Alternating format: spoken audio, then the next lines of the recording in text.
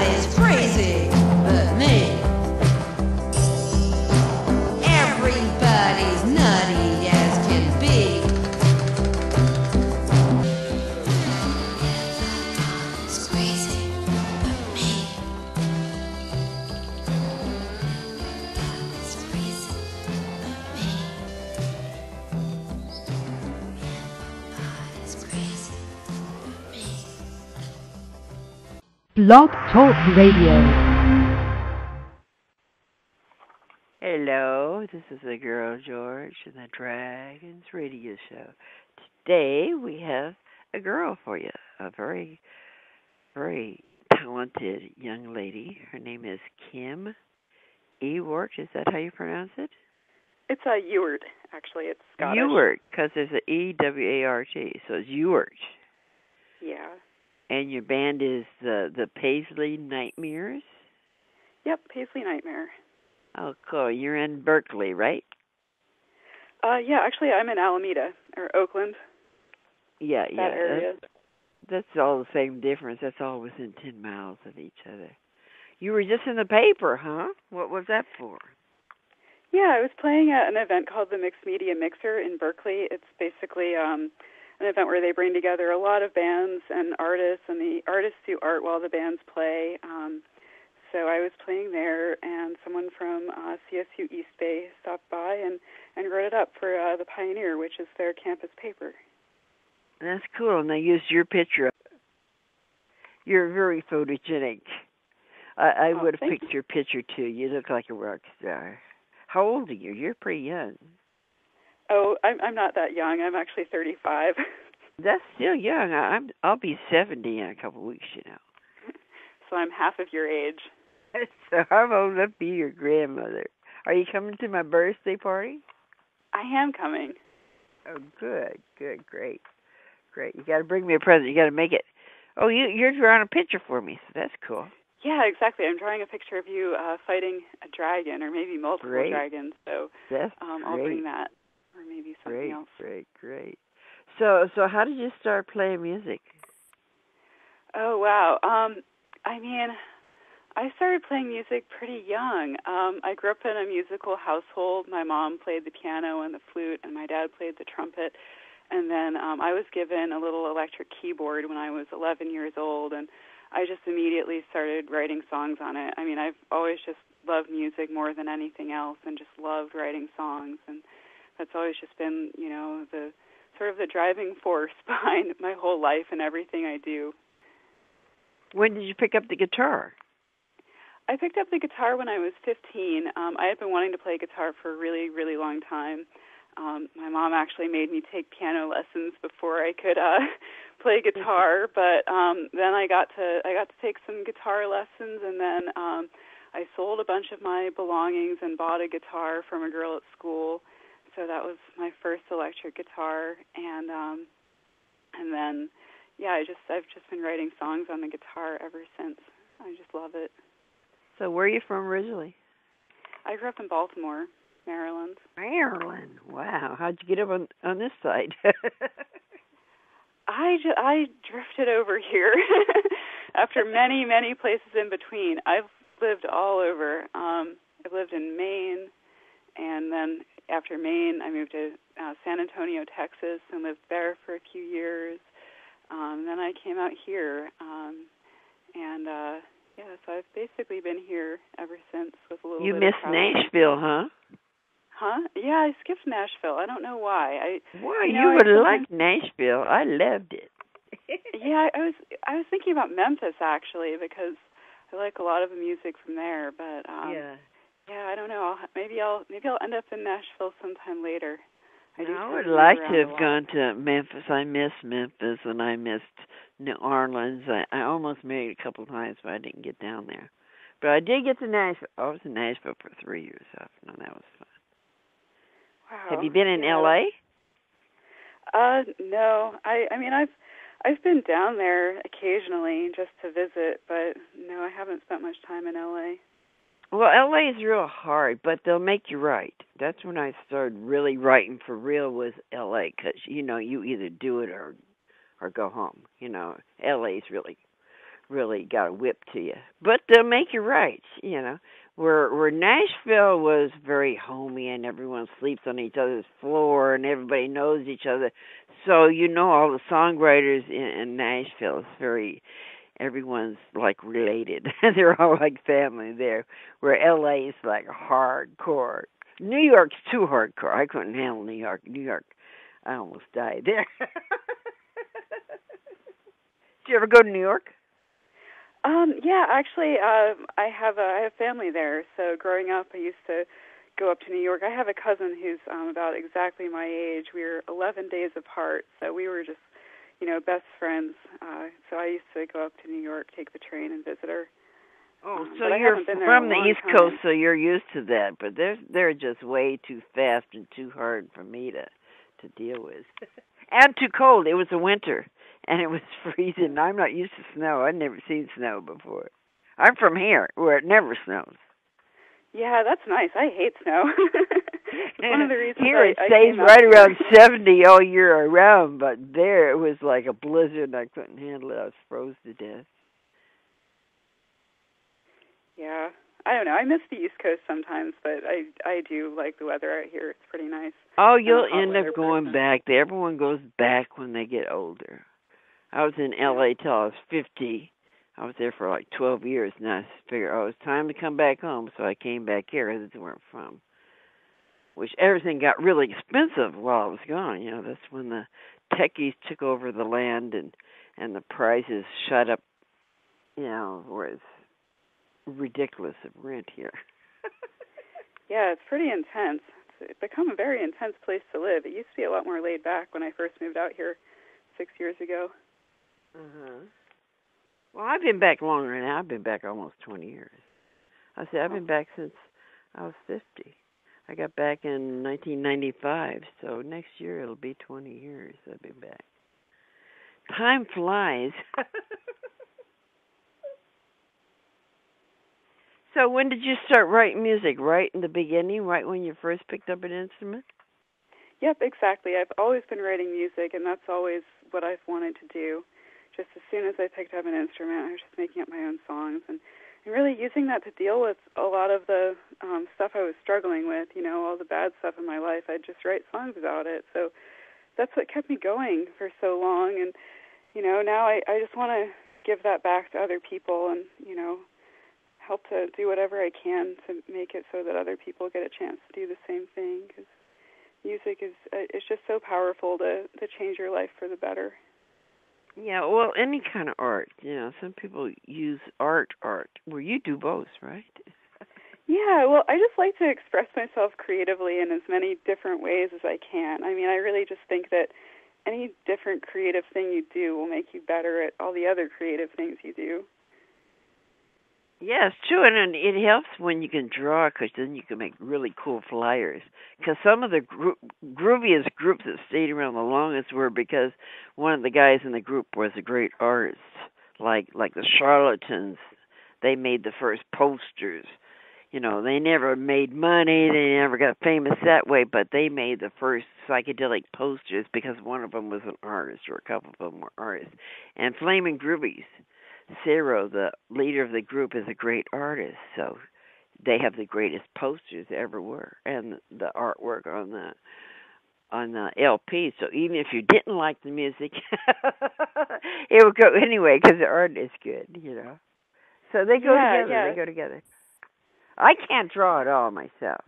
I'm good at pasting things together, but well, I don't think I can draw. I mean, the way I started was, I don't know, I drew a lot growing up, but, I just think it's fun. It started about 10 years ago. I was just sitting at home by myself and just needed something to do, so I picked up a pen and started drawing, and it just became this outlet for all of the stress in my life, and then I just got really into it, and I was like, yeah, this can really be a thing that, that I could do for fun. Not that I consider myself, a good artist, but it's just something really fun, and I was always really shy, so I would always get, nervous going to parties or anything like that. So I started bringing a notebook and a pen with me, and I would just sit there and draw, and then people would come up and talk to me, and it just became, like music, like a way to connect with people.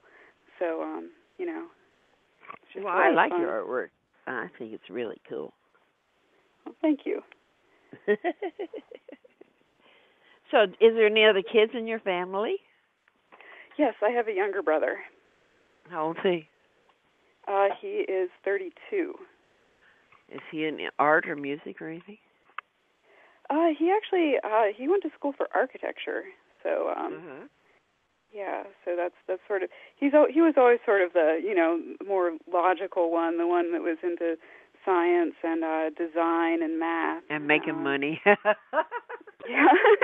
he has definitely taken a more traditional path in life than I have. What kind of He's work always did your trying father to talk do? some sense into me, and I'm like, no. What kind of work did your father do? My dad's a university professor and a researcher. He studies psychology. Cool. What about your mother? My mother, she's done different things. She's worked at a library and she's done some teaching. I guess you could, she's done a lot of different things. Yeah, my daughter's going to be a school teacher. That's great. She wants to do about 5th grade, She's just getting her teaching credential in December. She's about your age, yeah. a couple years older. She fiddled around for years. She already got her college degree from Berkeley back in 2000, but she fiddled around before she got the teaching credential. But she's finally doing that. So that'll be cool. That's really What you going to be for Halloween? I haven't decided yet. I mean, I don't know. You should be Joan Jett or something. It's been a long time since I've dressed up for Halloween, but I'm sure Be Joan Jett. Joan Jett. I don't know. I don't usually dress up for Halloween. It's not really my kind of Joan thing. Jett dresses like you anyway. I don't know. I don't know about that, but Sure she does. Motorcycle jacket, dark hair. You sort of look like her, sort of. Yeah, I guess I could see that. But I don't know. If the mood strikes me, I'll find something and just make a costume out of it. Do you have any gigs coming up?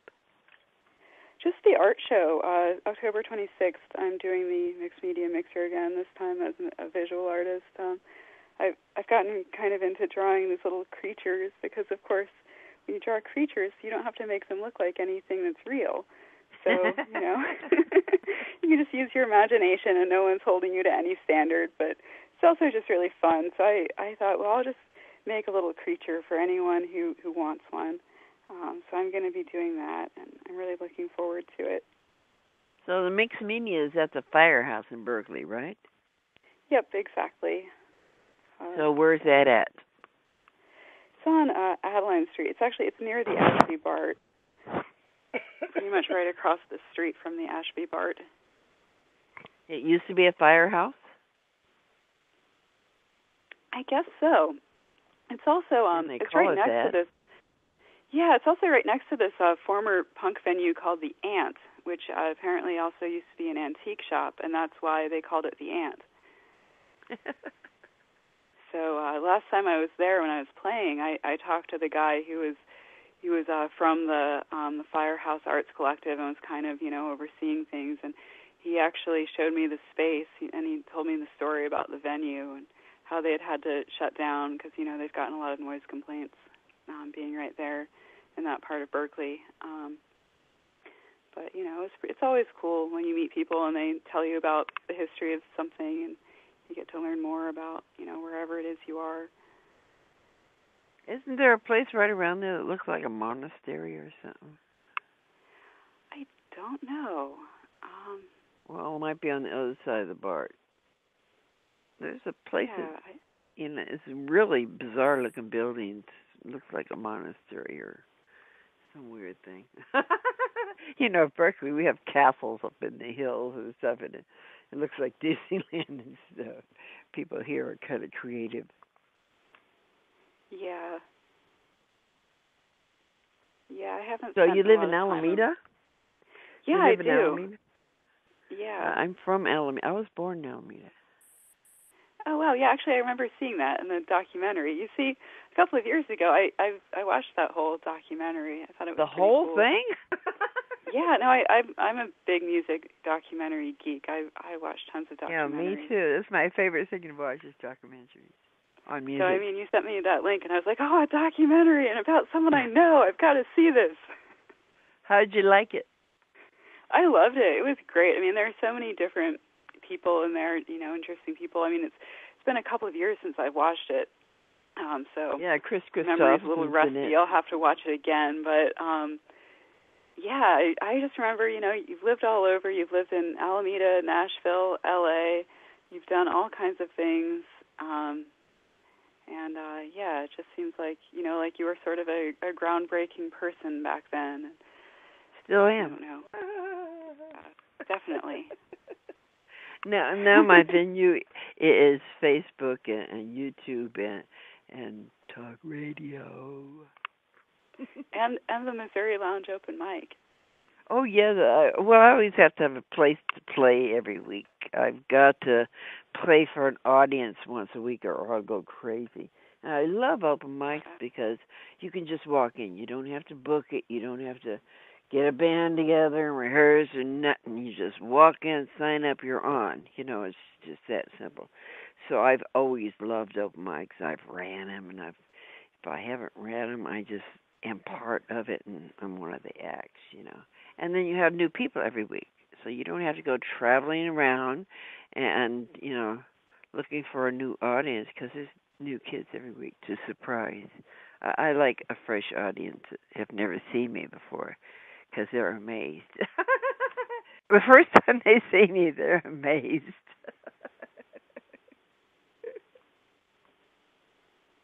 Yeah, I know. I think it's great that you always get everyone to come up and sing with you. It's so much fun just getting to be a part of that, and just getting up there and yelling on stage.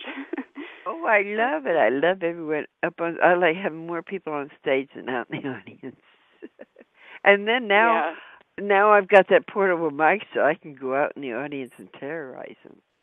I know. You go all the way out to the courtyard, and it's great. I love the Missouri Lounge open mic. I mean, I love open mics too.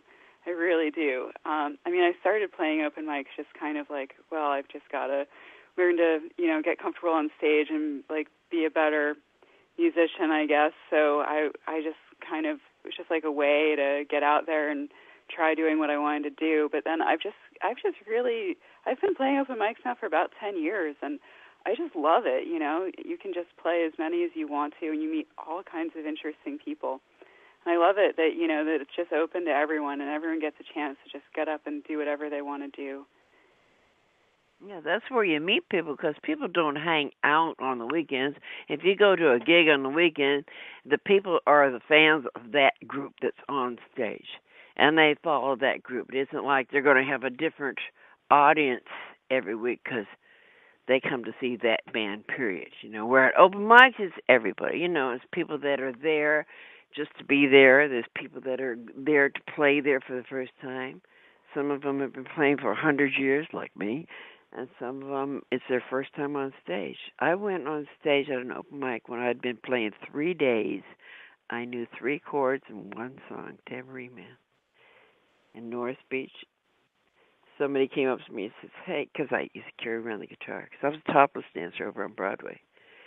In North Beach, back during Carol Dota days, I ran the amateur topless contest, which was a rig show. We were supposed to be out of the audience, but we all worked there.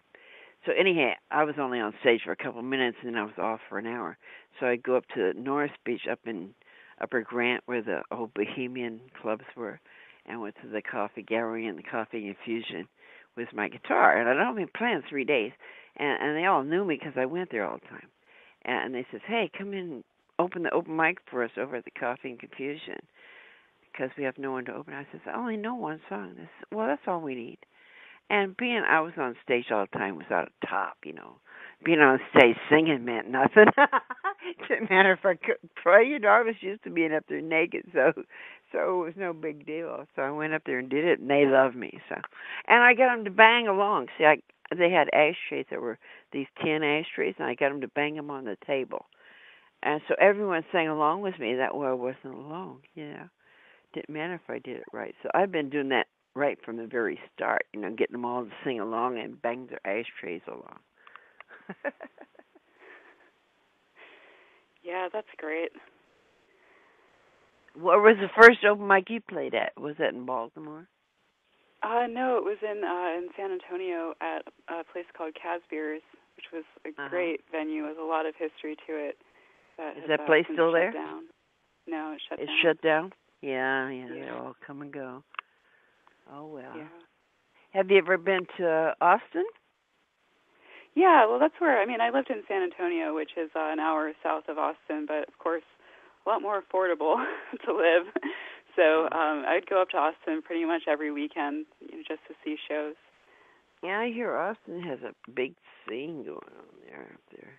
Oh, yeah. I feel like it's becoming like L.A. or Nashville. It's been that way for a while. I was thinking about moving to Austin, but came up here thinking, Austin's changing so fast. I don't know what it's going to be like. Well, it must be hot there, though. I don't like heat. Oh, I love it. Oh. I hated L.A. It was like 105 at Christmas, at midnight. A little hot for me. Because I'm used to being around here where it's always kind of 70 degrees, dank. Today it's kind of hot. Yeah. I love that. So what are your plans in the future? You plan on being a superstar or a rock star or have a band or what? I'm just going to keep on doing what I do, doing my band or maybe a lot of different bands and keep just doing lots and lots of creative projects and, doing flyers. I don't know, just see where things take me, I find excuses to travel and find excuses to go meet new people. Just, no, I don't know. You know what I mean. I just like to, explore everything that's out there and write and, do art about it, because you've got to be kind of constantly experiencing new things in order to be getting ideas for your art and music. Yes. So do you have any recordings? Have you recorded yourself yet? Yeah, unfortunately I haven't gotten to do as much recording as I would like, but I did get to record something this last winter. Just went to Soundwave Studios with a couple of people who I met at an open mic, of course, and just recorded something really quickly. We only had it for 2 hours, but we did some quick demos. So some of those are online, and then I've done a little bit of recording at home, just with guitar and kick drum and my voice. But yeah, I'm really, really hoping to do a lot more recording because I have all these songs. I've written hundreds of songs, and there are a lot that I play at open mics or play at gigs too. And some people seem to like my songs, so I'm really hoping I'll get a chance to record them in the near future, like maybe in the next year or something. Did you get any up on YouTube? Yeah, I got one up on YouTube. I sent you the link for it. So I'll put I'm not always big on putting tons of stuff online. I just want to. Oh, I am. I love putting stuff online. All the stuff I've saved over all these years, all the videos and all the pictures and the write-ups and everything. It gave me a place to put it, Yeah. This is my new stage here. Is on Facebook and YouTube. Huh? Well, I had a TV show for 5 years, so I've got video of Blue Chair and Pearl Harbor and all kinds of people like that from back in the 70s and 80s. So I've got tons of video to put up there. I've got a lot of stuff up on YouTube. Wow, yeah, I'll have to check that out. I've had 317,000 hits on my YouTube station. Wow. So that's a few more than I get at the club. And then my other station's gotten about 20,000 because I don't really have much on the second one, I just use it to relay stuff. I put them on the one, and then I make list on the other one, playlist on the other one, so that I can, after the show, I can put somebody else's song on it. Like a song of yours will be after this on a playlist. So, Yeah. so I just ping pong them back and forth, and then I end up putting them all on Facebook. That's my real stage. The other is just where I put things together. I'm on the web like 24/7. When I'm not at the club, I'm on the web. Well, it's a way to reach a lot of people. Yeah. Get it out there. If you ain't got an audience, Yeah. it don't count, right? So your Facebook is named what? Oh, I have a band page, Paisley Nightmare. There's not a whole lot on it, but yeah, that's for my band. And then I don't know. Obviously, I have my own personal page, Kim Ewart, Ewart. So of course, people are welcome to find me on there. You got a YouTube channel? Not right now. Maybe someday. Well, in you the got to future. make one. You got to make one. I know. At first, you don't have to like, put your own stuff on if you don't have stuff yet. You can put just favorites and playlists and shit until you start getting your own stuff. That way you have it all ready for when you start making stuff. You have a place to put it, because you will eventually do that. And then you can take the recordings and put pictures with them, like I do with this show here, and then put them up there. Yeah, definitely. Actually, I forgot. I have a Vimeo channel, and I started like filming myself, playing just as a one-man band at home with my, playing mostly electric slide guitar with kick drums, and so I recorded some of that stuff and put it up there. So yeah, it's just kind of random, like is it on YouTube? One-man band type stuff. Is it on YouTube? Is it on YouTube? No, it's on Vimeo. Well, put it on YouTube. The other one's a piece of garbage. Huh? No, nobody's ever going to find it over there. So, unless you're planning on hiding it. That's the point. I'm hiding. Why? Why are you on I don't know. stage if you're going to hide? See, if you're going to be on stage, put it out there. I mean, if you're going to be on stage, do it. Otherwise, I don't understand people going on stage and saying, "Oh, I'm bashful.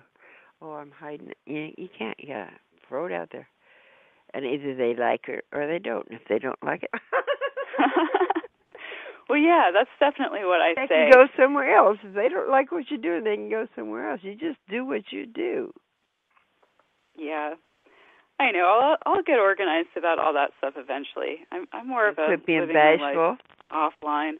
No, I like to go out and meet people face to face and play shows and go to shows, and I don't know. I'll get around to the online stuff at some point later.